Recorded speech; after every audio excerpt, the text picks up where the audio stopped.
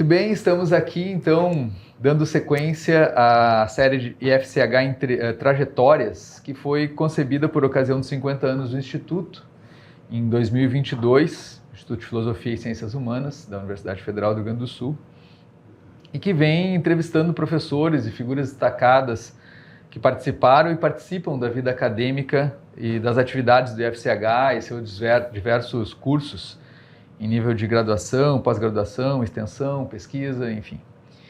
Hoje conversaremos com o professor José Vicente Tavares dos Santos, professor titular aposentado do Departamento de Sociologia, sociólogo formado pela URGS em 1971, mestre pela Universidade de São Paulo em 1977 e doutor de Estado pela Universidade de Paris-Nanterre em 1987.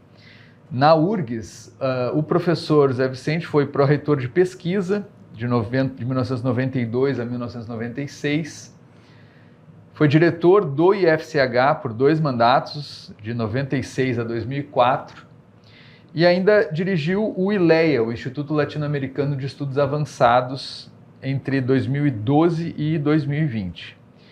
No IFCH, o professor atualmente atua nos programas de pós-graduação em Sociologia, do qual foi um dos coordenadores e um dos fundadores do programa, e também atua no PPG em Segurança Cidadã, cuja existência é um legado de sua trajetória como pesquisador do campo da Sociologia da Violência e das Conflitualidades e da centralidade de sua atuação nas formulações de políticas públicas de segurança, quando contribuiu para a formação da RENAESP, a Rede Nacional de Altos Estudos em Segurança Pública, que financiou diversos cursos de especialização em segurança em várias universidades brasileiras.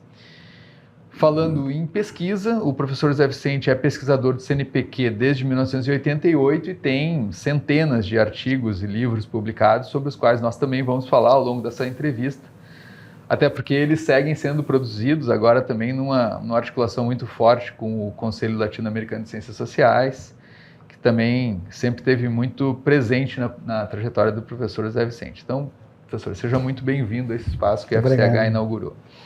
Bom, Zé Vicente, em situações informais, às vezes nas nossas conversas, tu refere a tua boa saúde e vitalidade, coisa boa, né, aos vínculos com o sangue indígena e tal. Mas, ao mesmo tempo, nos registros formais consta a naturalidade, né, de cidade onde nasceu, como Paris. Existe um distrito em Soledade chamado Paris, como assim tem o Paris, Texas, ou é Paris, capital francesa mesmo? Conta um pouco dessa trajetória familiar, a primeira infância. Bom, o meu pai era de Barão do Triunfo, né? E a lenda familiar é que havia uma bisavó, que era uma indígena, Guarani, hoje chamada Mabiá Guarani, que era uma índia escrava, né, na fazenda de um senhor Tavares. E, bom, ela teve vários filhos, tinha uns filhos, conta a lenda, no próprio Rio e tal, e um deles era, então, ela deu o nome de José e ele adotou o nome de José Tavares. Isso por volta de 1850. E ele era um mascate, né? Aí teve vários filhos e, afinal, se localizou num pequeno comércio de Barão do Triunfo. E meu pai era um dos 11 filhos. Como, até hoje eu não soube, e ele entra na Faculdade de Direito da URGS, foi o único dos 11 irmãos que estudou, por volta de 1918, 19. Né?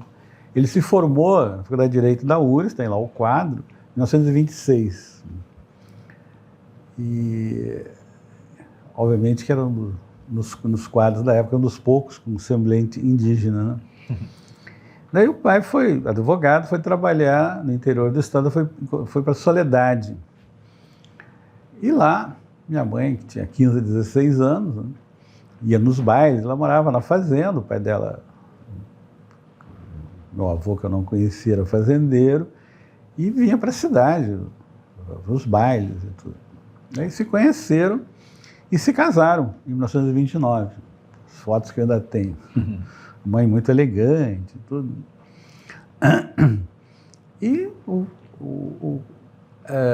nessas alturas, o pai, isso nós estamos falando de 32, né? Ele se envolve numa revolta contra o ditador Getúlio Vargas entre Lajeado e Soledade, chamada Revolta do Fão. O Fão é um rio, e até hoje tem lá, num lugarejo, um cemitério com muita gente. E essa revolta, que era pela Constituição constitucionalista, né, foi duramente reprimida. E tem lá um cemitério, lá no Fão, no Rio Fão. E o pai, então, é preso 2 anos, aqui em Porto Alegre, pela Brigada Militar, ficou 2 anos preso. Minha mãe me contava que foi lá falar com o então comandante-geral, que era Peraque Barcelos, depois foi governador, e afinal pediu para que libertasse o pai, porque afinal tinha filhos e tal, né?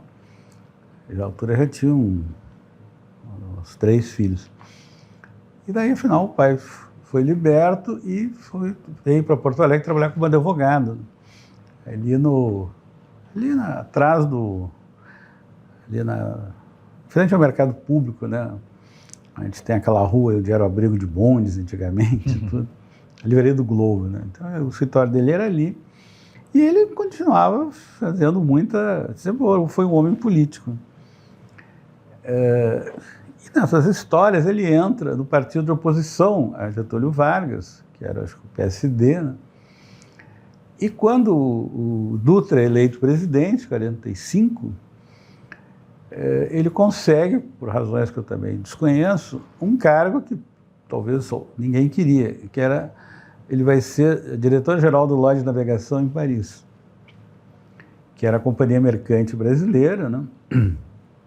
E ele se vai por um DC-3, que é Porto Alegre, São Paulo, Recife, Dakar, Paris. Então ele chega no 46, no pós-guerra, num ave destruído, fica um tempo em Paris.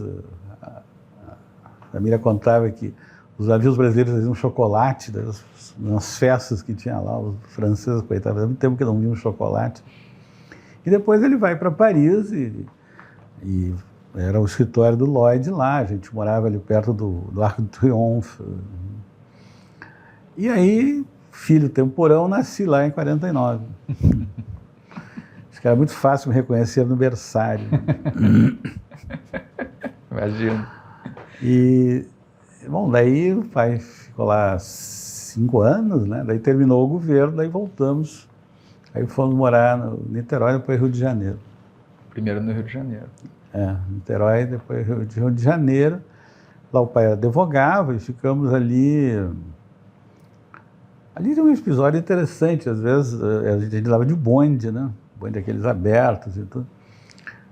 Meu primeiro desejo de profissão era ser cobrador do bonde, que eu achava um atleta. Assim. E aí a mãe de vez em quando mandava o pai levar os filhos embora, porque incomodava, eram 6, né?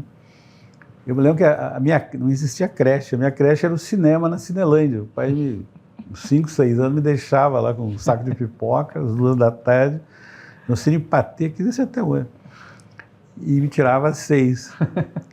E naquele tempo o cinema, esse Cine Patê não tinha filme, então era assim, era Qualité Française, depois tinha o Jean Manzon, a gente via futebol, conheci meu amigo Batman, meu amigo Super-Homem, essas foram as minhas creches.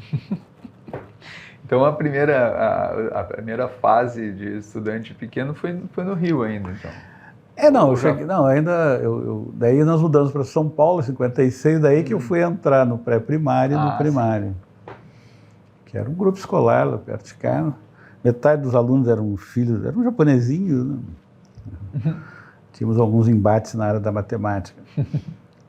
E aí fiquei lá, fiz o primário, e depois entrei no colégio público, era o equivalente ao Julinda aqui, o Roosevelt, na Liberdade. Lá tinha exame de admissão. O primeiro cursinho que eu fiz foi um cursinho de 3 meses para fazer o exame de admissão aos 11 anos de idade para entrar no colégio público, né? No Brasil sempre teve um grande colégio público nas capitais. Uhum. Né? Esse tinha, sei lá, mil alunos, era na Liberdade. Era muito bom o colégio, professores interessantes e tudo. Tinha quadras de esporte, eu era bom em vôlei, basquetebol, xadrez, né? Só que eu sempre perdia para os japoneses, sempre foi vice. E Porto Alegre, como é que vocês vêm para Porto Alegre? Pois é, daí o pai contraiu um câncer de intestino, e isso foi em 64, né? Não, eu tinha 12 anos, assim, 60, né? Por aí. E ficou em casa uns 2 meses, acamado e tudo. Depois foi fazer uma operação, mas se foi. E daí a família não tinha recurso, né? E daí nós resolvemos, quem financiava, nós éramos 3 irmãos mais velhos que tinham ficado no Rio, que trabalhavam e tudo, né? Daí nós resolvemos vir para Porto Alegre, a família da mãe e do pai era daqui, também era uma cidade mais cômoda, né? Daí eu vim para cheguei aqui em Porto Alegre, que eu tinha 13 anos. Aí uma prima, que tem 92 anos, a prima Lore, ela me conseguiu uma vaga do Júlio de Castilhos. Aí eu entrei na 4ª série do Júlio de Castilhos. Mas um outro fato que foi marcante, né, em São Paulo ainda, quando eu entrei no ginásio, eu não estava muito bem no francês, o pai duro, não, mas tem que falar francês, escrever. Daí me pôs na Aliança Francesa com 11 anos. Isso foi importante na minha vida, porque eu vim para cá, continuei na Aliança Francesa, consegui bolsa de estudos e tudo.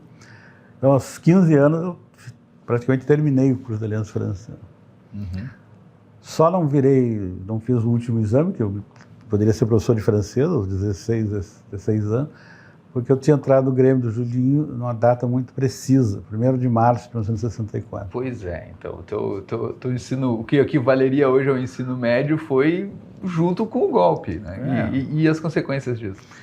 Bom, eu me lembro, tem até um grande amigo, olha, o Jaime Rodrigues, estava na época, nós tirando o material da Uni, do Grêmio do Julinho, na noite do 31 de março, e ele dizendo, olha, alguma coisa está acontecendo. O presidente do Grêmio era até o Magadã. Eu achava o Grêmio muito interessante, daí eu entrei, comecei a fazer carteira, a gente fazia carteira de estudante para 5 mil alunos. E aí eu fui fazendo coisas no Grêmio. Aos 15 anos eu cheguei a organizei corrida de bicicleta ali em frente. E algo que foi importante na minha vida, eu fui secretário social, organizei 6 bailes, que tinham 1000 pessoas, eu da reitoria, com 15 anos. E também, algo que marcou muito, eu fui presidente de conselho, de concurso de Miss. Olha só, anos 60.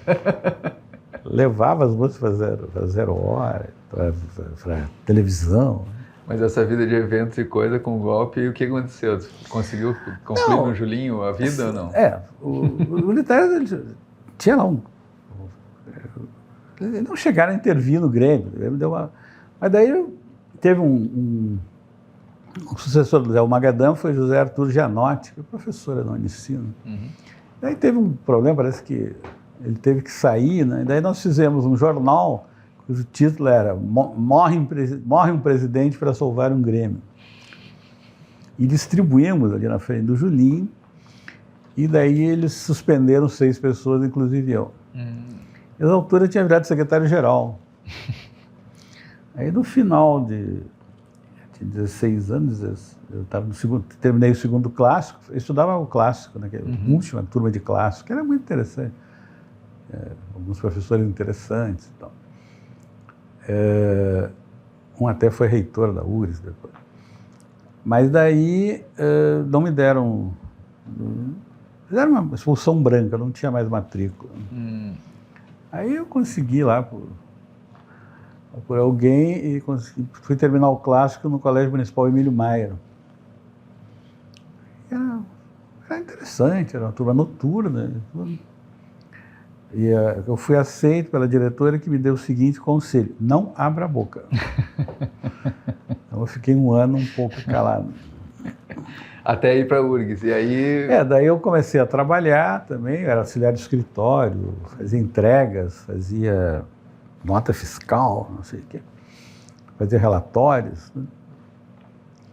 E eu comecei a trabalhar 8 horas, depois eu precisava estudar para fazer o vestibular, né? Aí passei para só o período da tarde. Daí de manhã eu fiz 3 meses do grande cursinho que tinha, aquele Enéas de Souza, Joaquim Felizardo, né? Fizeram era o IPV, em frente a Santa Casa. Fiquei lá 3 meses, professores de latim. Daí eu fiz o vestibular, que a tempo era separado. No direito, que tinha português, francês, história, e tinha latim, oral e escrito. E fiz nas ciências sociais, que aí tinha química, física, eu nunca tinha estudado.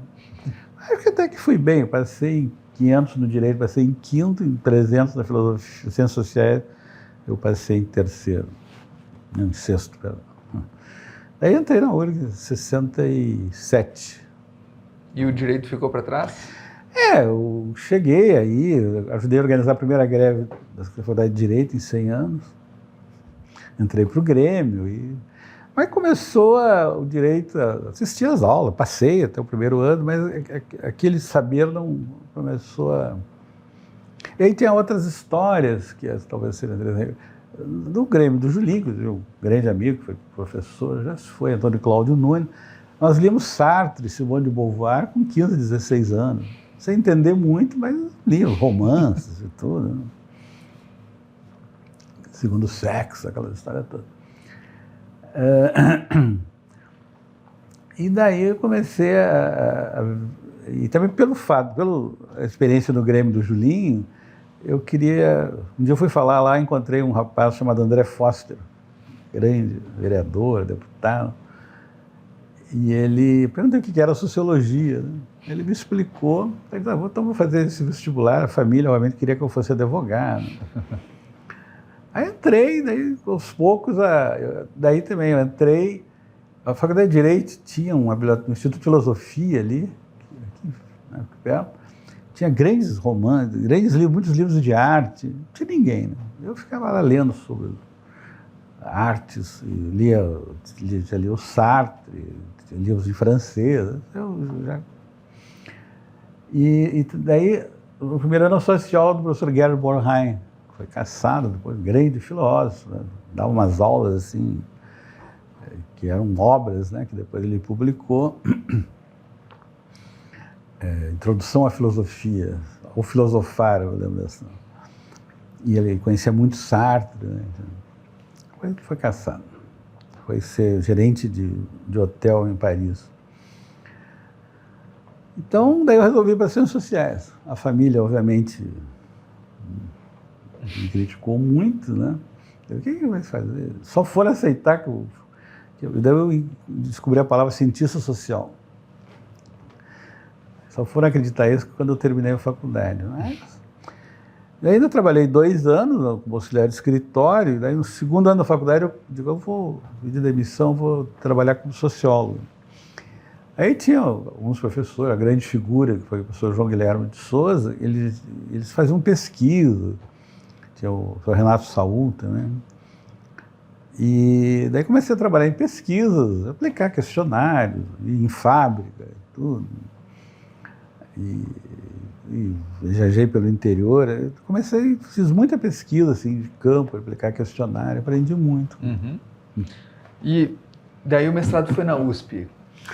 Pois é, daí o próprio André, daí nós organizamos a Associação Gaúcha de Sociólogos, que era a professora Mercedes Câneva, Lorena e o André, que era o presidente. Né? E ele conseguiu, com dinheiro não sei de quem, né? Isso foi em 68, a trazer vários professores da USP, aqui veio o Fernando Henrique, veio Gabriel Con, veio Maria Alice Forac, veio Luiz Pereira, e o João Guilherme tinha um Fusca, eu não sei que Luiz Pereira, grande professor, queria conhecer o trigo em Passum, daí nós fomos. Daí eu disse para ele, eu nem sabia que existia mestrado, doutorado, ninguém falava nisso. Eu disse, eu quero fazer especialização em São Paulo. Uhum. Daí ele, não posso, fala com a professora Maria Alice e tal. Aí falei com a Maria Alice também. Aí veio o professor José de Souza Martins aqui, que estava entrando no pós-graduação como professor, né? Hoje ele tem 30 livros publicados, ou 40, segue atuante. Então.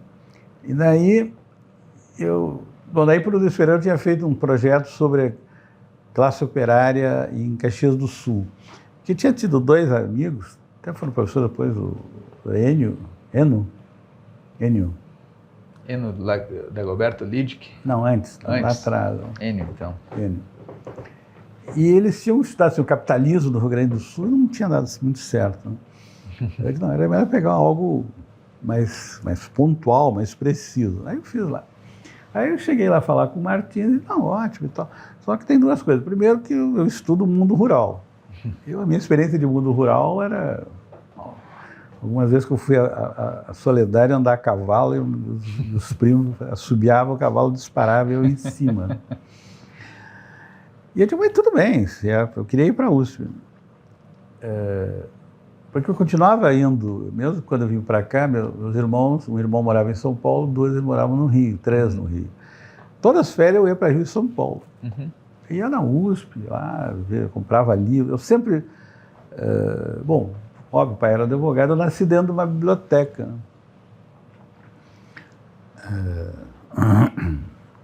Eu li a Enciclopédia Larousse quando eu tinha 12 anos. As primeiras belezas renascentistas eu li lá. Era o teu Instagram.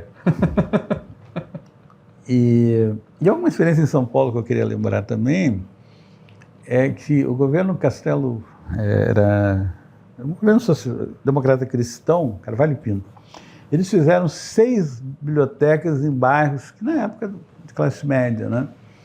Então, perto da minha casa tinha uma biblioteca que era maior que o tamanho da biblioteca central antiga da URGS, né? Que a gente ia para lá, todas gurizadas dos bairros, né? E ficava lá, tinha as professoras que ajudavam a gente a fazer os deveres de casa, tinha livros e tal, depois ficava lendo, depois tinha uma sala de jogo.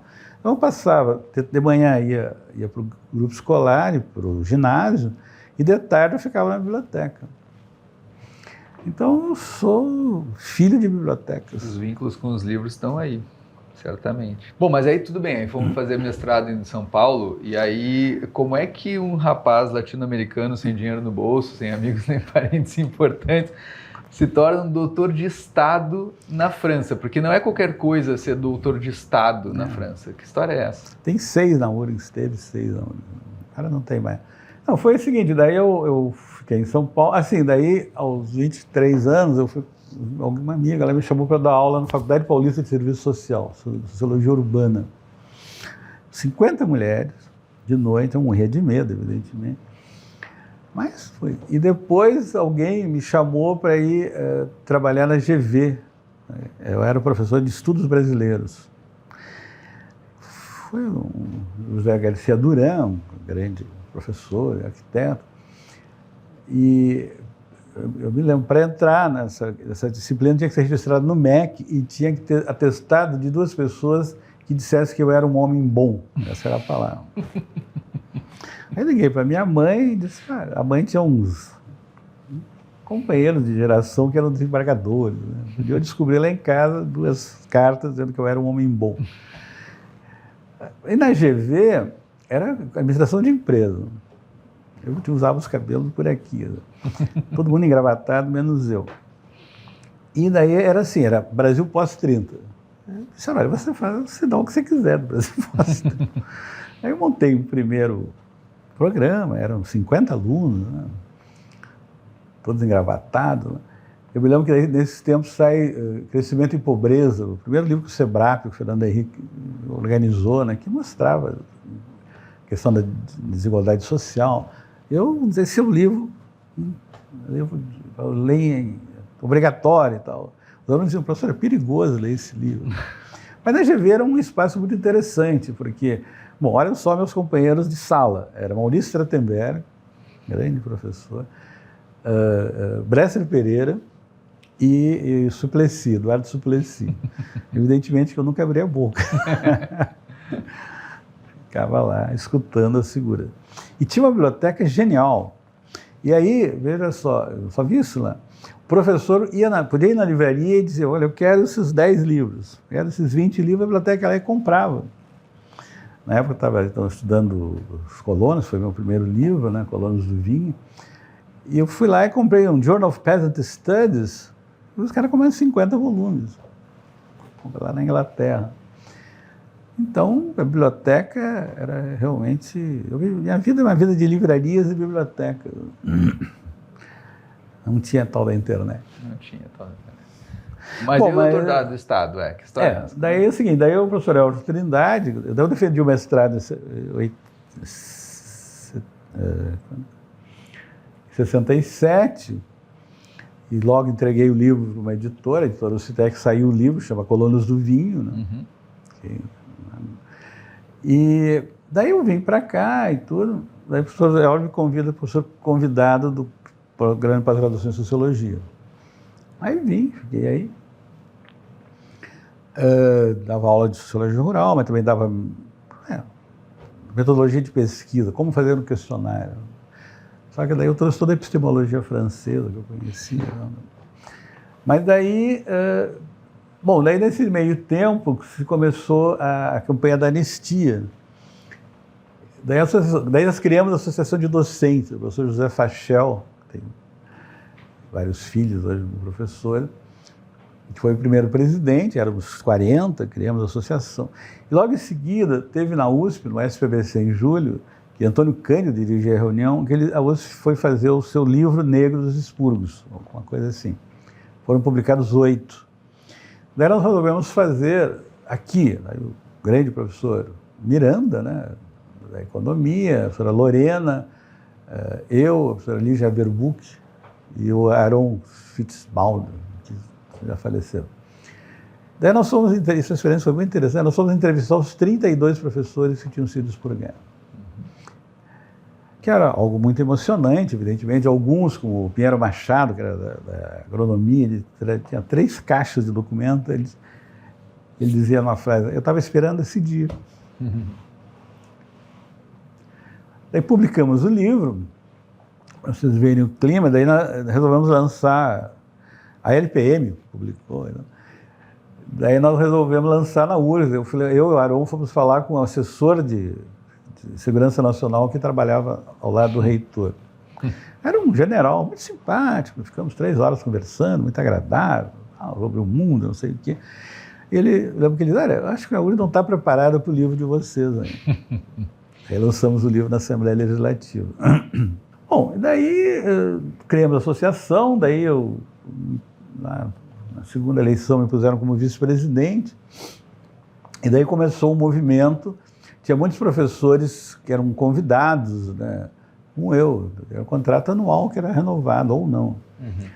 E daí começou um movimento no Rio de greves durante a ditadura, já governo, né, isso era 80, né? Acho que não era o Figueiredo, era o Geisel, acho. E começamos um movimento, e, bom, aqui na arquitetura, aqui perto, nós, 150 pessoas, declaramos greve, teve uma assembleia de noite com 300. Eu era o vice. E a professora, a Regiane Carrion, que era presidente, disse, olha, não vou poder, porque eu tenho que sair, porque eu tenho que fazer o doutorado. Aí eu olhei para o lado, quando eu era o presidente da Assembleia. Aí, 2 dias depois eu estava em Brasília com mais 30, fizemos o Comando Nacional de Greve, que era 30 dias, ia, voltava, coisas assim. Caiu, o ministro era Portela, um ministro interessante, era um intelectual. Daí numa reunião no Congresso, né, que estava discutindo a greve, ele dizia, eu me tirei melhor do outro lado do rio.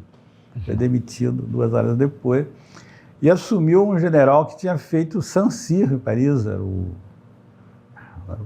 vou lembrar o nome dele, que nos recebia muito simpático, muito agradável. Bom, incorporaram todas as reivindicações da greve, que basicamente nós queríamos era abertura de concursos. Eles regularizaram a situação de todos os professores convidados, floristas e tal. Aí eu entrei na URGS assim. E depois eu dirigi mais 4 greves nacionais. Mas depois eu já estava um pouco velhinho, já tinha 32 anos, eu disse, não, eu preciso fazer doutorado. Então, eu primeiro tinha pensado em ir para a Inglaterra, mas depois não... Aí, como eu achei melhor ir para a França, que eu já dominava bem a língua e tudo. Aí, pedi bolsa para cá, ganhei a bolsa e tudo. Mas a URGS disse que só me liberava, porque naquela época muitos professores estavam fazendo doutorado de 3º ciclo, que era um primeiro doutorado na França, depois tinha o doutorado d'État, que era equivalente ao título de professor titular. Por isso que as pessoas levavam 20 anos para fazer a tese. E aí o URGS me disse, olha, só lhe liberamos se o senhor for aceito para o doutorado de Estado. Bom, daí eu mandei a carta para o meu orientador, olha, ele mandou uma carta, não, tá bom, você está aceito como aluno doutor de Estado. Eu não tinha a mínima ideia o que era. Né? Aí eu cheguei lá em Paris, outubro de 82, eu fui conversar com ele e tal. E ele disse, eu pensei, que seminário eu tenho que fazer? Não, só não precisa fazer nenhum seminário, você tem que me entregar uma tese de peso em 4 anos. Eu, felizmente, assim, daí em 78, isso marcou minha vida, que os colonos de Nonoai foram expulsos pelos índios, organizados pelo CIMI, e vieram 1000 famílias aqui expulsos a flechar, né? Para ir à zona de esteio, exposição agropecuária.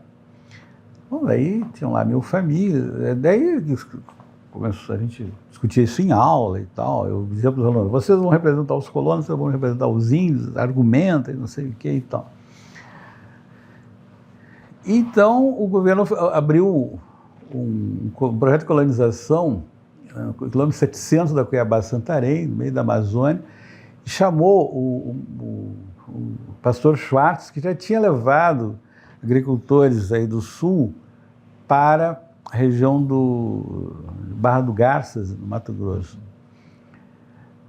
E aí eu olhei aquilo e tal, e disse, eu acho que isso aí é interessante, né? Daí, em 1980, fizemos um movimento, fizemos uma publicação pela Assembleia, chamamos sindicalistas, agrários e tudo. Daí, em 1980, eu resolvi conhecer a Amazônia. Né?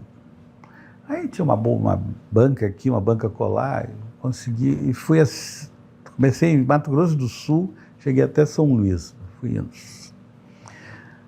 Eu tinha um amigo que eu tinha conhecido no mestrado, Carlos Teixeira, que fazia trabalho sobre seringais, daí eu fui lá em Humaitá com ele, ele foi lá entrevistar os seringueiros, eu fui junto, não. Foi aí que eu comecei a diversificar a minha dieta, comi macaco assado, que é muito bom. Meus alunos perguntavam, eu dizia, olha, tem gosto de carne humana, o Darwin já tinha percebido isso. Né? Então, eu achei que aquilo dava um tema interessante de mestrado, né? de doutorado. Eu ia muito a Brasília e conseguia a documentação. O tempo era bom que era tudo escrito. E fui acumulando documentos, vi que havia uma política de organização desde os anos 1930 no Brasil, e depois uma política de reforma agrária, esse era o embate. Né? Aí resolvi transformar isso em objeto de tese de doutorado, levei 80 quilos para Paris. Mas foi um pouco que me salvou, porque chegava em Paris, assim, tinha muita coisa, né? Eu queria estudar dos gregos até o espaço, mas tinha um objeto, né? Uhum. Mas eu não precisava fazer seminário, mas eu assisti seminário de algumas figuras que me marcaram, né? Michel Foucault, Pierre Bourdieu, Maurice Godelier, um grande antropólogo, Alain Touraine, Edgar Morin, todas essas pessoas eu assisti e ficava lendo os livros também, né? Em Nanterre eu tinha lá uma salinha, ia 2 ou 3 vezes por semana, mas eu ia para a École, tinha uma bela biblioteca, ficava lá. Então, bom, daí eu ainda voltei para o Brasil, fiquei 6 meses na Amazônia, em Brasília, coletando material.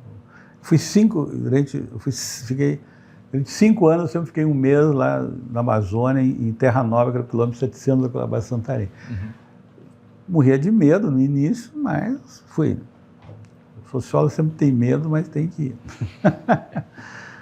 E daí comecei, em 85, agosto de 85, comecei a escrever a tese, me emprestaram lá um computador.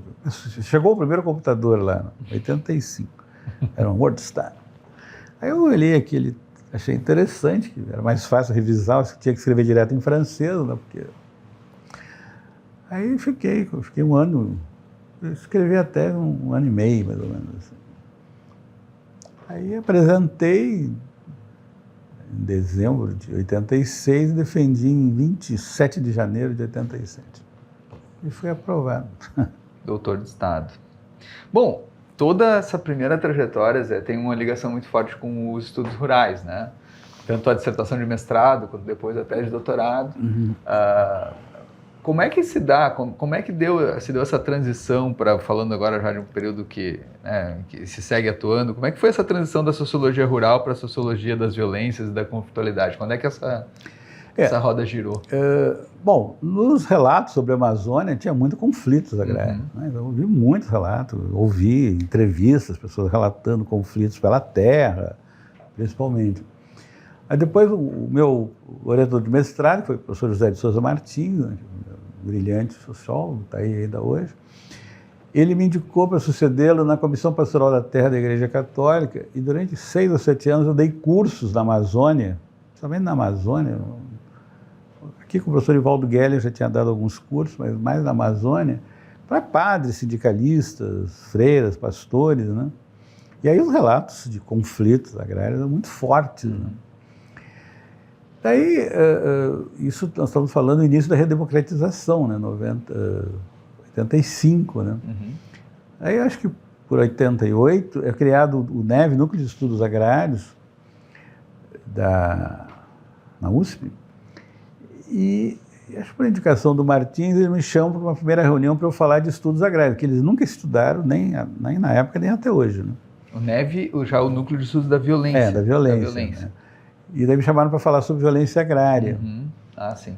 E daí eu comecei a estudar o que era violência, nunca tinha estudado isso, eu acho que mais ninguém, né?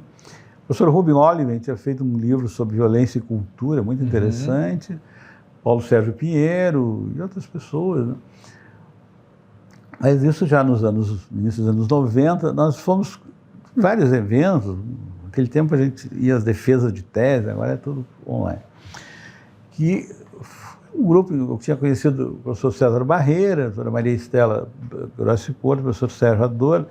Daí, acho que 5, 6 anos, a gente teve um grupo que a gente se encontrava em algum lugar do Brasil ou do mundo e conversava muito. E daí fomos percebendo o que era a violência, fomos construindo um objeto, uma teoria, uma explicação. E, óbvio, toda teoria sociológica eu sempre li, né? Algo que eu digo aos alunos, é sempre bom ler os livros, os clássicos, não ler os comentadores. Isso o professor João Guilherme Souza nos ensinou. Vai lá ler Marx, Weber, Durkheim no original. Né? Isso eu sempre tinha feito. Então a gente tinha um certo, né, tinha uma formação teórica e começamos a aplicar aquele fenômeno que era novo no Brasil, mesmo que o Paulo Sérgio, que foi dos primeiros, traz um conceito do O'Donnell chamado a violência socialmente implantada. Né? Eles falavam muito da violência do Estado, toda a teoria sociológica também.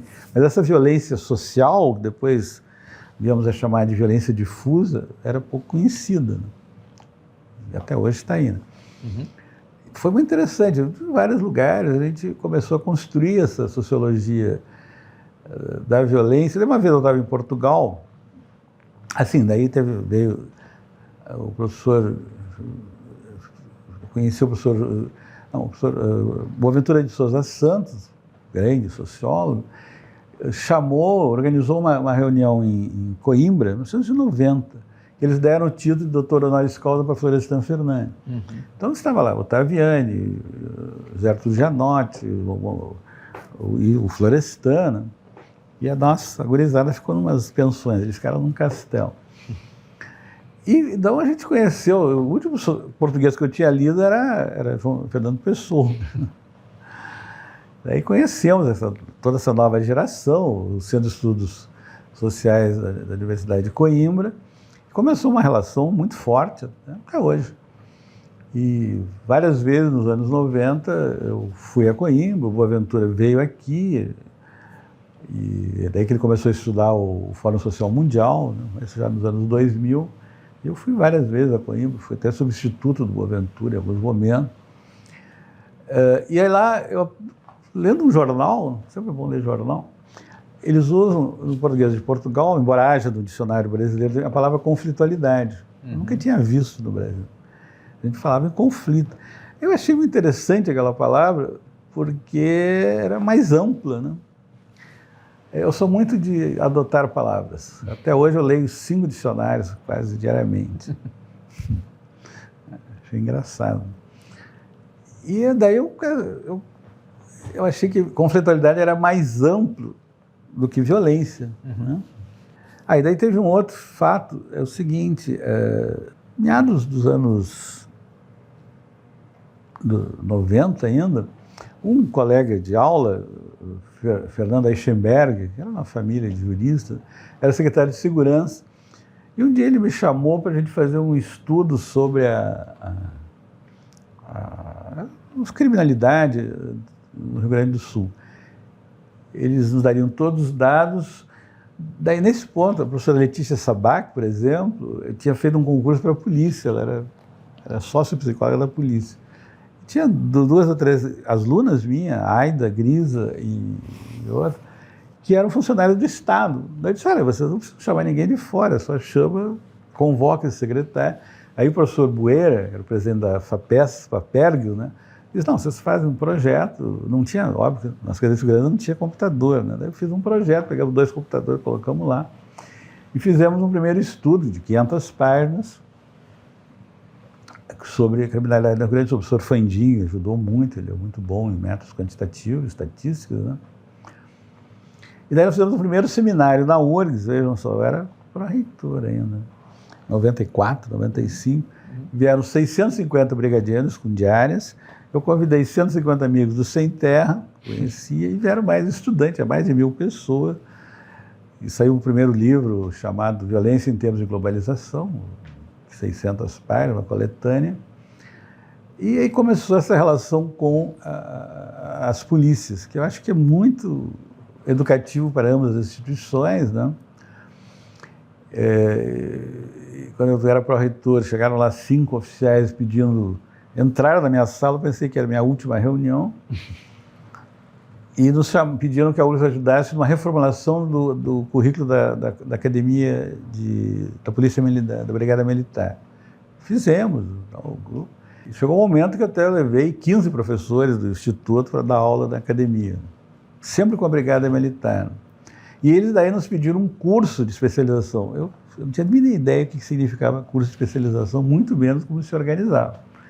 E tinha que ser pago para pagar os professores. E daí a Brigada pagou 25, e daí eu chamei o pessoal do sindicato, uma confusão. O professor Rodrigo Azevedo, né, brilhante professor da PUC, veio Sem Terra, e outras pessoas veio o Balestrelli, que era da Anistia Internacional, foi depois secretário nacional de Segurança Pública.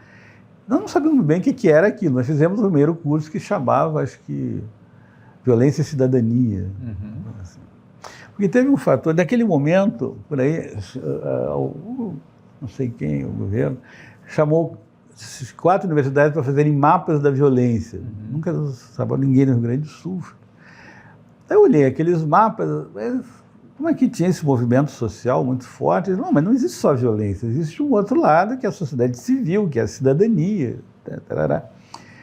Então o nosso curso chamou Violência e Cidadania, que é hoje o nome do grupo de pesquisa. Então, acho que na sequência desse processo, a gente está falando aí dos meados para o final dos anos 90, né? Ali se forma, então, o tal do Grupo de Pesquisa Violência e Cidadania, que nas suas várias atividades de pesquisa, etc., formou muitos doutores hoje que estão espalhados pelo Brasil, né? E preciso dizer que muitos deles, eu pedi ajuda de muitos deles para fazer algumas perguntas que eu vou te fazer agora, porque justamente daí vem uma grande parte dessa atuação mais recente na tua trajetória, que tem a ver com esse campo, né? Como tu falou, violência e cidadania. Então, preciso dizer que contei com a ajuda do professor Rodrigo Gringaldi de Azevedo, da professora Rosemary Aquino, da Luciane Soares, do Maurício Russo, o Benedito Rondon, do Mato Grosso, todos eles mandaram suas contribuições e eu vou te colocar algumas delas agora, porque na esteira do que a gente vem conversando, né? Ou seja, toda essa movimentação, toda essas idas e voltas desse processo que tem a ver com a redemocratização, que tem a ver com algumas das esperanças que se tinha de mudança e tudo mais. Por outro lado, a violência, se percebeu que a violência não era só a violência de Estado que existia essa violência socialmente implantada, né, que depois veio a ser conceituada de várias outras formas, até a gente chegar a falar nas violências no plural e tudo mais, né? Então, bom, o pessoal te pergunta algumas coisas no seguinte sentido, assim, pensando nessa dimensão da redemocratização e tudo mais, esses momentos, alguns avanços institucionais importantes que aconteceram e até mesmo algumas experiências de governos estaduais, de centro, né, de centro-esquerda e tudo, que tiveram alguns avanços em produzir resultados consistentes nessa área de redução da violência e tudo mais, principalmente apostando em melhoria da gestão da segurança, né? E, por outro lado, também a gente percebe que, às vezes, os governos de esquerda têm dificuldades, enfrentam dificuldades na hora de implantar políticas de gestão com relação às polícias, principalmente, né? E gestões e políticas eficazes de prevenção. Na tua avaliação, Zé, agora pensando nessa trajetória, tendo passado por tanta coisa já, né? O que deveriam ser os princípios e diretrizes de uma proposta progressista de segurança pública? Ou seja, quais são os principais entraves políticos, institucionais e tal, que impedem a consolidação do que a gente poderia chamar de uma política democrática, cidadã, nesse campo? Eu acho que, de algum modo, esses são os efeitos da Constituição de 1988, né, chamada Constituição Cidadã. Veja que, na área de educação, por exemplo, se começou a falar muito até hoje de educação cidadã, escola cidadã, até aqui em Porto Alegre, no Rio Grande do Sul. Da saúde, né, todo o estudo de saúde coletiva, que deram como resultado o SUS até hoje. Né. E daí, aqui começou a experiência do governo Olívio. Um dia eles nos chamaram lá, a senhora já era professora, para fazer um curso de formação integrada das 3 polícias, Serviço Penitenciário, Polícia Civil e Polícia Militar. E pediram que eu coordenasse. Bom, daí sentamos lá, muitas pessoas, fizemos um currículo, eram 120 professores, 3 mil alunos, eu acho, alguns muito bons jogadores de futebol. E foi uma experiência muito interessante, se repetiu 2 vezes, né? No Brasil acontecia algo semelhante em Niterói. O professor Cante de Lima fez a sua tese até sobre a Polícia Militar do Rio de Janeiro, em Harvard, e depois começou a fazer cursos para as polícias. Né? Primeiro eram cursos locais, de especialização e tudo. Quando entra mesmo no governo Fernando Henrique Cardoso, o Paulo Sérgio Pinheiro e outros que fizeram toda uma articulação do primeiro Plano Nacional de Direitos Humanos, fizeram reuniões em várias capitais, fizeram aqui. Então já havia uma mobilização em termos de direitos humanos. E quando vieram a eleição de 2000, o candidato eleito, Luiz Inácio Lula da Silva, fizeram um projeto chamado de cidadania, segurança com cidadania, né? Que era o professor Luiz Eduardo Soares e o Benedito Mariano e outras pessoas, e nós estivemos lá e tal, conversamos. Então começou uma experiência muito interessante desde Brasília, que resultou na RENAESP, como falava, resultou em N, nós tivemos, acho que eu acordei 40 projetos. E no tempo nós tínhamos 20 pesquisadores lá, todo mundo ganhando um dinheirinho. E fizemos vários livros nessa linha, né? Sempre produzimos livros. E eu editei 25 livros e escrevi 6. Fizemos juntos alguns. Então, eu acho que teve essas experiências, algumas locais, estaduais, algumas cidades e também do governo federal, o primeiro governo Lula, o segundo governo Lula e o governo Dilma. houve vários planos, né? Talvez a dificuldade seja ter uma concepção. O que é a segurança, né?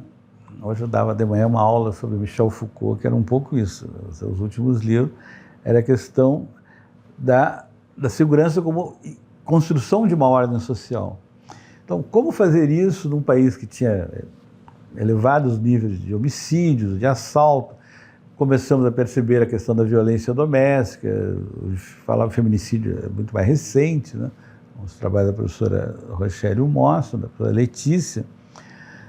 Mas, se havia uma escola cidadã, se havia uma saúde cidadã, teria que haver uma segurança cidadã, que fosse orientada por outros princípios. Aí o governador Leonel Brizola, no primeiro mandato dele no Rio de Janeiro, 87, 88, ele chama cinco oficiais da Polícia Militar, acho que o Cerqueira, foram falar com eles, nós queríamos algo mudar e tal. O Brizola, vocês peguem 5 oficiais, vão pelo mundo e vejam o que tem de novo no mundo.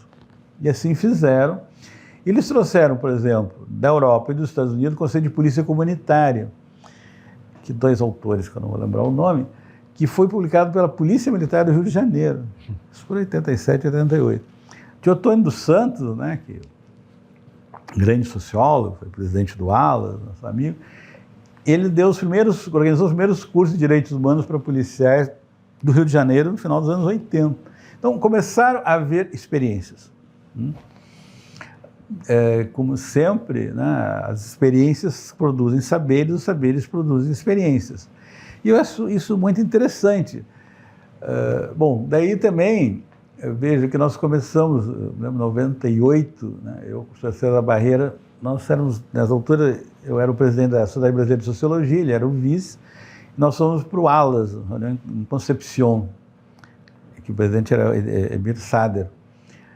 ALAS, Associação Latino-Americana de Sociologia, daí eu entrei na diretoria e começamos a ter um diálogo internacional. Em 98 também nós estávamos no Canadá, eram mais de 100 sociólogos na Associação Mundial de Sociologia, até hoje devem ser mais de 150, 200. Eu fui dos diretivos também. Então, essa experiência internacional, a gente via que começava a acontecer, era um debate mundial.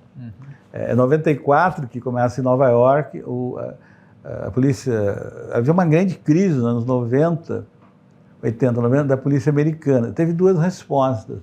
Uma foi o policiamento comunitário e outro foi o chamado CONSTAT, né, que era na polícia de Nova York, uma reforma gerencial que começou, era o Breton, o comissário Breton, o prefeito era o Giuliani, primeiro eles expurgaram 40% do departamento por corrupção. E depois eles mudaram um modelo de gestão, CONSTAT, trabalhando muito com estatísticas muito localizadas, né? Eles se reuniam toda semana, ou todo mês, acho que toda semana, eram uns 10 ou 12 distritos, mas aumentou o roubo de carro no seu, tal. Mas também, nesse programa chamado de Nova York, veio a ideia, eles perceberam pelas estatísticas que jovens tendiam a se envolverem em delitos, digamos, não era todo dia nem toda hora da semana, sexta-feira à noite, sábado de noite. Aí começaram a fazer Midnight Basketball, programas de esportes mais variados, nos diferentes espaços, sexta e sábado de noite. Então, veio o foco na juventude. Mas isso também aconteceu em vários países, né? Então, quer dizer, começou a haver uma questão mundial de olhar a questão da ordem social e da segurança, não apenas como segurança pública, mas como alternativas cidadãs de estabelecer a ordem social. Daí o conceito que vários nós fizemos, somos vários, né, de segurança cidadã, que continua na ordem do dia, né? Então, eu acho que essa experiência foi muito interessante. E veja, uma experiência que pela primeira vez aqui no Rio de Janeiro, depois a RENAESP nós fizemos cursos para policiais em 80 universidades, mais de 10 mil especialistas. Esse diálogo que eu acho que é fecundo entre organizações policiais e universidades. Eu só vejo, fora algum caso isolado, talvez na Colômbia, talvez na Argentina, tem outros 2 países que têm isso. Estados Unidos e a China. Uhum.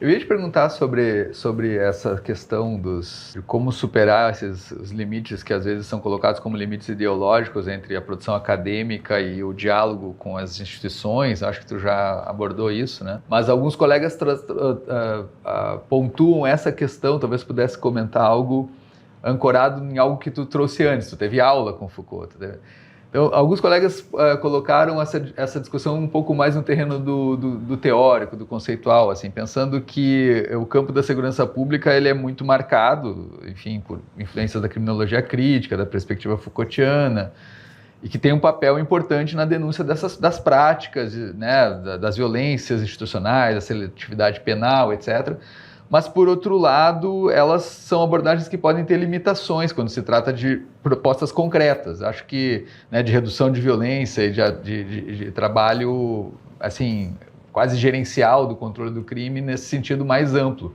Acho que tu já falou isso, mas de alguma forma tu mencionou, né? A segurança cidadã talvez seja seja o caminho. Acho que primeiro, muitas experiências. Esses grandes autores que eu tive a oportunidade de assistir aula e depois de estudar, eu dou aula sobre eles, o que eles também tinham em comum é uma observação muito fina sobre as transformações sociais e as transformações dos saberes. Uhum. Tanto a obra do Turrênio, que ele andou pelo Brasil, morou muito no Chile, a chilena. Nos anos 80, ele tem um livro chamado A Palavra e o Sangue. Eu acho que está por aí, né? Esse livro é uma síntese da história da América Latina, e é muito isso, né? Você tinha muito sangue, mas também palavras. Uhum. Né? E óbvio que você tem digamos, um conservadorismo social. Agora, ontem eu fiz uma mesa com o pessoal do México sobre conservadorismo social, que é muito arraigado. Então, a questão da segurança cidadã, na própria Constituição, se nós olharmos as pré-atas, que foram publicadas nas discussões, não aparece a palavra segurança cidadã. Uhum. Aparece algumas pessoas do campo progressista, mas ninguém tinha um saber sobre isso que hoje temos, evidente. Essa é a grande diferença, eu acho, de países como o Brasil, há outros também, mas não muitos, onde se produziu, ao mesmo tempo, experiências, inclusive pelas próprias polícias. Foram oficiais da brigada que nos pediram um curso de especialização em 94. Uhum. Alguns, foram meus alunos 5 comandantes gerais. Né? Experiências e reflexões sobre. Por isso que foi interessante esse diálogo entre universidades e organizações policiais.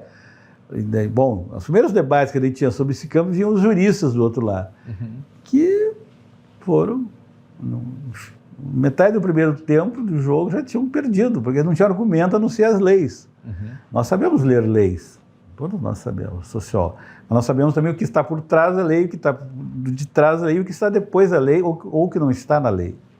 Né? E eu acho que essa nossa experiência teórica em sociologia, a sociologia brasileira e latino-americana é muito interessante. Né? Então, essa experiência teórica que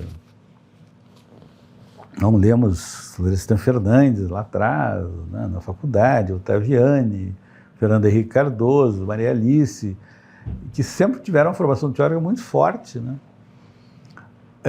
Eu acho que a contribuição que nós demos ao debate foi porque tínhamos uma formação teórica, muitos de nós tínhamos andado pelo mundo, eu fui a 55 países, alguns somos juntos, do Chile à China. Né?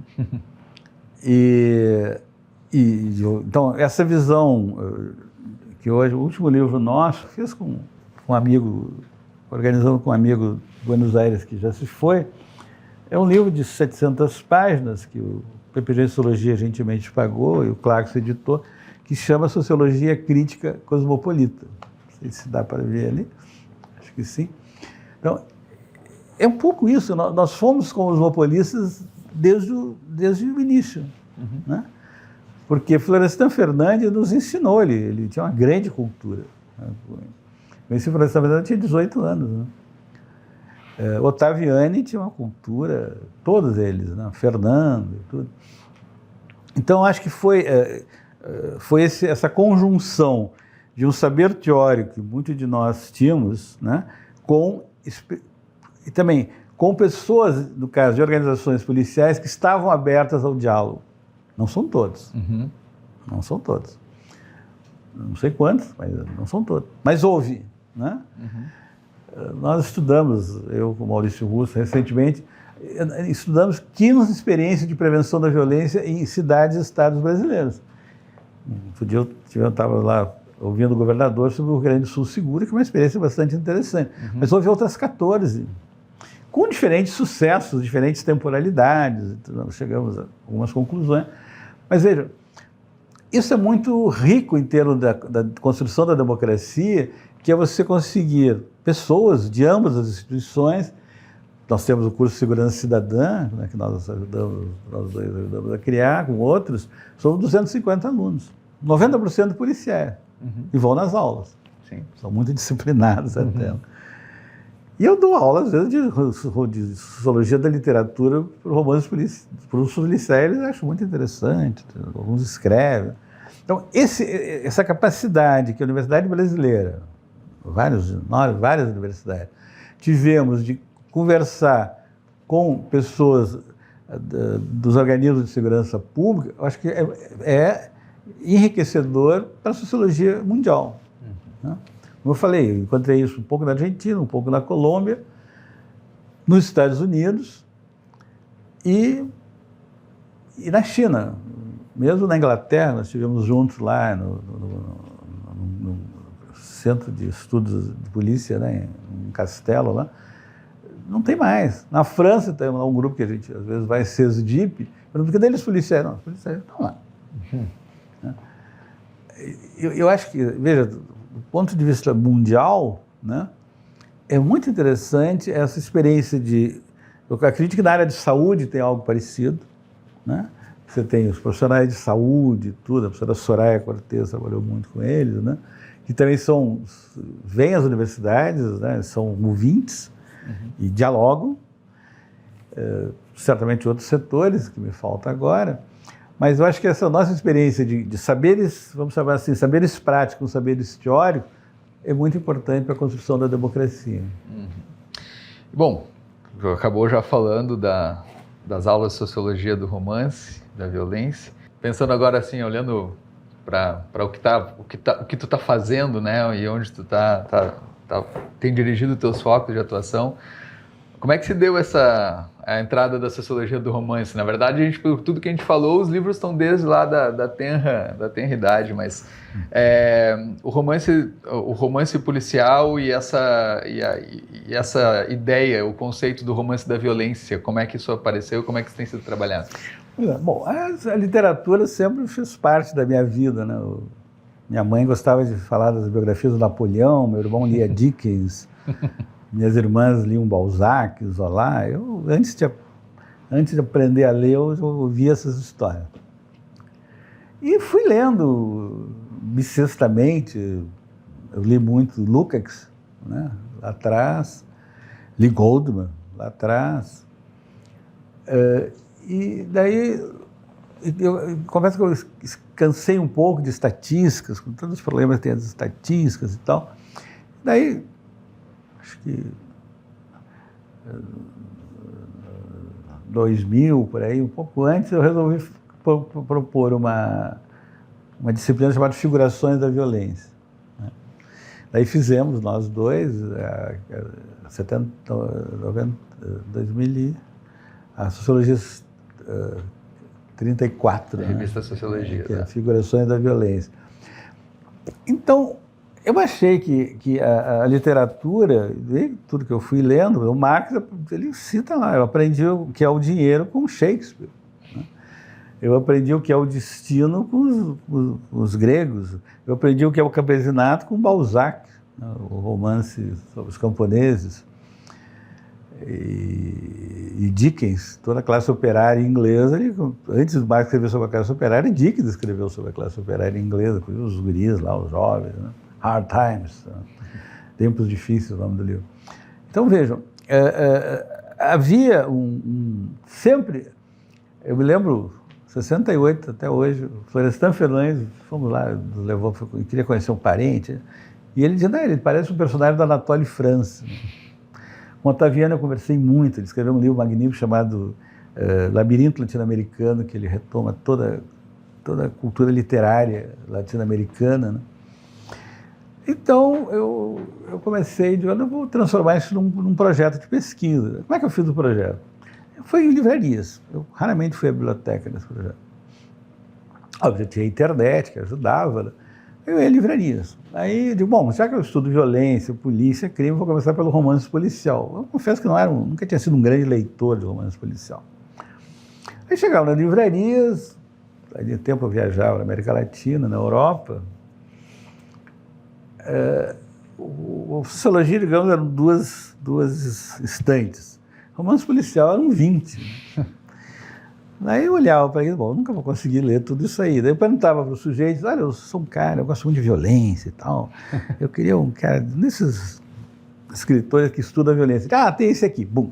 Aí foram livreiros que foram constituindo.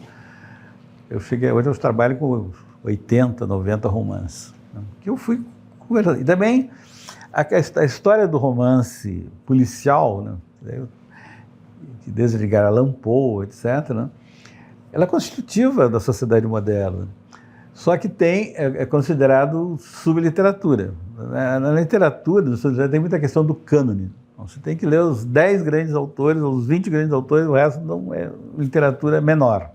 Tem o Deleuze, o Deleuze fez um livro sobre o Kafka chamado Literatura Menor. É absurdo.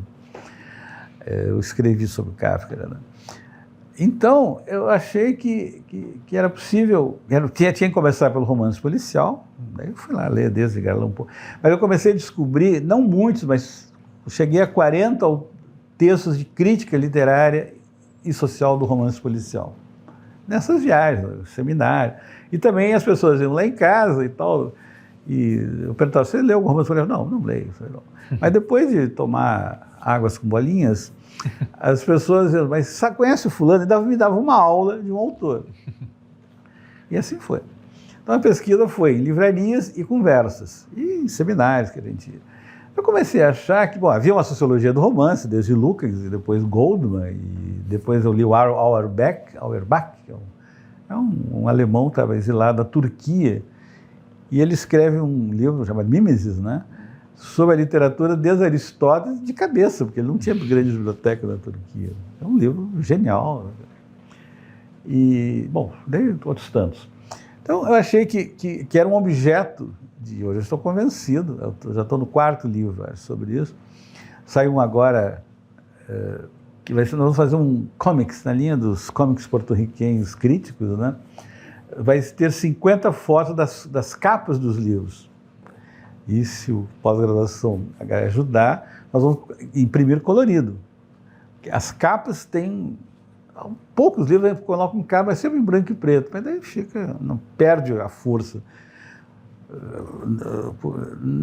Porque tem capas assim que são de uma fortaleza impressionante.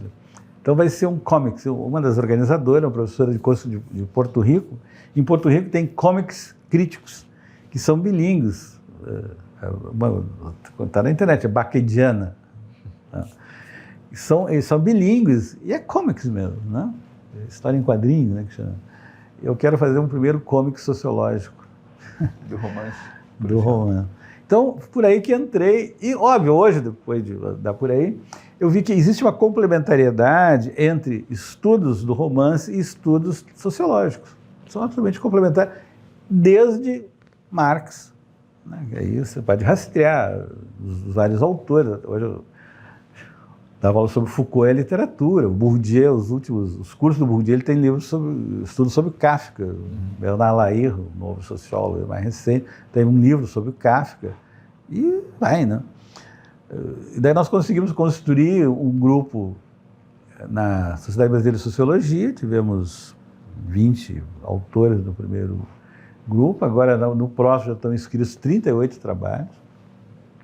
No Alas conseguimos também criar um grupo.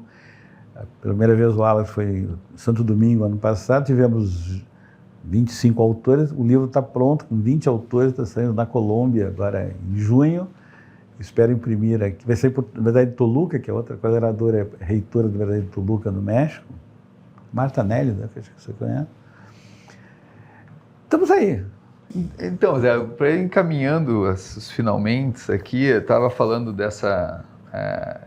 como esse objeto, mas na verdade isso acompanha a tua trajetória como um todo, né? Tu sempre buscou ter uma presença ativa, não só acadêmica, mas também política nas entidades, nas associações científicas nacionais, internacionais. Foi presidente da SBS, né, da Sociedade Brasileira de Sociologia, mas também já presidiu o Comitê de Pesquisa na Associação Internacional de Sociologia, o ALAS, né, Associação Latino-Americana.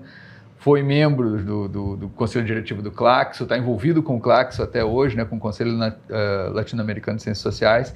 Isso certamente potencializou e também foi potencializado no sentido de fazer as viagens, né, de conhecer o mundo, de ir para o mundo. Então, assim, eu queria uma boa palavra tua, que é algo que algumas dessas eu estive junto, acho que certamente tem um papel importante, né? E queria te ouvir assim, um pouco como tu vê a importância dessa coisa das viagens, dessa postura de descentramento, para ter essa capacidade de comparação e compreensão dos fenômenos sociais por parte dos cientistas sociais, a importância da viagem nesse processo.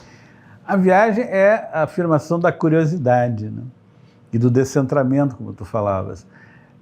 Nós vivemos uma situação aqui muito privilegiada no Rio Grande do Sul, que nós somos de fronteira. Uhum. Eu lembro quando eu cheguei em em 68, eu fiz a primeira viagem de carona a Buenos Aires, Montevidéu e Buenos Aires. Comprei lá os livros, tal do Carlos Marx e outros. E o espanhol, quando eu era pró-reitor, o reitor Elgio me mandava em várias reuniões, e os reitores, muito simpáticos, eu falava em português, ninguém olhava, eu sou muito simpático, ninguém entendia nada. Daí eu digo, bom, eu vou falar em espanhol. Aí eu baixei um decreto e também ler em espanhol, e agora eu escrevo em espanhol também. Quando eu cheguei em São Paulo, né, eu tinha 22 anos, eu fiz um primeiro trabalho que eu citava, Rosa Luxemburgo, Lênin, os textos em espanhol que eu tinha acompanhado em Buenos Aires. É um sujeito, aula do Francisco Verford, o senhor é latino-americano? Olhando eu com essa minha cara, e daí o Verford, na dúvida, foi muito sutil, dizendo, todos somos latino-americanos. Na verdade, se nós vamos chamar isso de bilinguismo, e tivemos vários alunos, a professora Nília Viscardi, que hoje é vice-ministra de Educação no Uruguai, e tantos outros, né? Tivemos vários alunos do Chile, Uruguai, Colômbia, né? Hoje, os colombianos. Eu acho que essa situação de fronteira e de bilinguismo nos dá uma diferença em relação ao resto do Brasil brutal. Uhum. O espanhol, a partir de São Paulo, é uma língua tão estranha como o chinês, o inglês ou o francês. Exato. Né? Você conhece, não leem espanhol, muito menos entendem espanhol. Né? E nos congressos internacionais também, daí aos congressos acho que foi interessante, além da culinária, museus e outros que tais, você se descentra, essa palavra é ótima, porque você vê outros costumes, outros modos de comer, né? Elias estudou isso lá nos anos 40, outros modos de comer, né? Outros olhares. Hoje um aluno meu da Colômbia descrevia um baile de debutante na Colômbia, que é genial. O que é um baile de debutante? Entregar a filha à sociedade. Então vem o pai, ela entra de tênis, numa cadeira alta, e vem o pai, tira o tênis e coloca um sapato alto. Daí vem outro irmão, coloca outro sapato. Diz que várias classes sociais têm esse ritual. Né? Então, perceber essas diferenças, isso nos diferencia, por exemplo, dos franceses, ingleses e americanos. Os poucos franceses que andaram pelo mundo eram muito mais interessantes do que franceses. O Foucault conheceu bem os Estados Unidos, mas quando já tinha uns 35, 40 anos. O Bourdieu foi para os Estados Unidos mais para vender os livros dele, ele foi uma vez ao Japão, mas ele nunca... Os ingleses não leem nem francês, Os franceses também não leem inglês, eu conheço isso. Nossa, aqui eu cheguei lá, eu já tinha lido Gramsci, isso estava recém sido traduzido na França. Eu faço esse viver na periferia, nós temos essa sociologia mundial, né? Talvez. Né? Então, esse viajar é um deslocar-se. E esse deslocar-se, ao mesmo tempo, é você se ver diferente. Né? Porque você tem um espelho convexo, daqueles espelhos como se fosse aqueles salão de espelhos do parque de diversões. Né? Eles vêm deformados, eles vêm invertidos. Acho que a viagem é isso, é um salão de espelhos invertidos e deformados, mas que nos ajuda a entender, inclusive, a si mesmo. Né? O último Foucault ele vai falar das práticas de si, da construção de si, de um processo de subjetivação que vem, né, ele vai nos gregos, evidentemente, que faz parte de toda a humanidade. Que às vezes a gente esquece isso. A gente esquece que na universidade, estamos falando de universitário, você precisa aprender a estudar, né? Precisa aprender a perseverança. Todos os autores que falaram sobre isso, Garcia Marques, Foucault, outros tantos, eles sempre trabalharam 5, 6 horas por dia, no mínimo. Né? Um texto você escreve, reescreve, reescreve. Eu falava hoje dos conectivos, né? Tem um que eu gosto muito, é que quando. É que, todavia, assim, não obstante. Mas quando você relê o texto, eu chamo isso, o Barthes escreveu sobre isso, mas eu chamo de o prazer do texto. Né? Você tem que se dar um tempo de exercer o prazer do texto, que é tirar isso que... É preciso um conectivo para você enquadrar um parágrafo no outro. Mas quando você relê, e há que dar-se esse tempo, em nome da própria comunicação científica, retirar os conectivos. Você vê que daí tem uma fluidez. Óbvio, quando a gente... Então, mas o que é isso? É trabalho, é paciência, trabalho, perseverança, com alguma imaginação sociológica, se for possível. Vicente, muito obrigado. Muito obrigado por essa entrevista.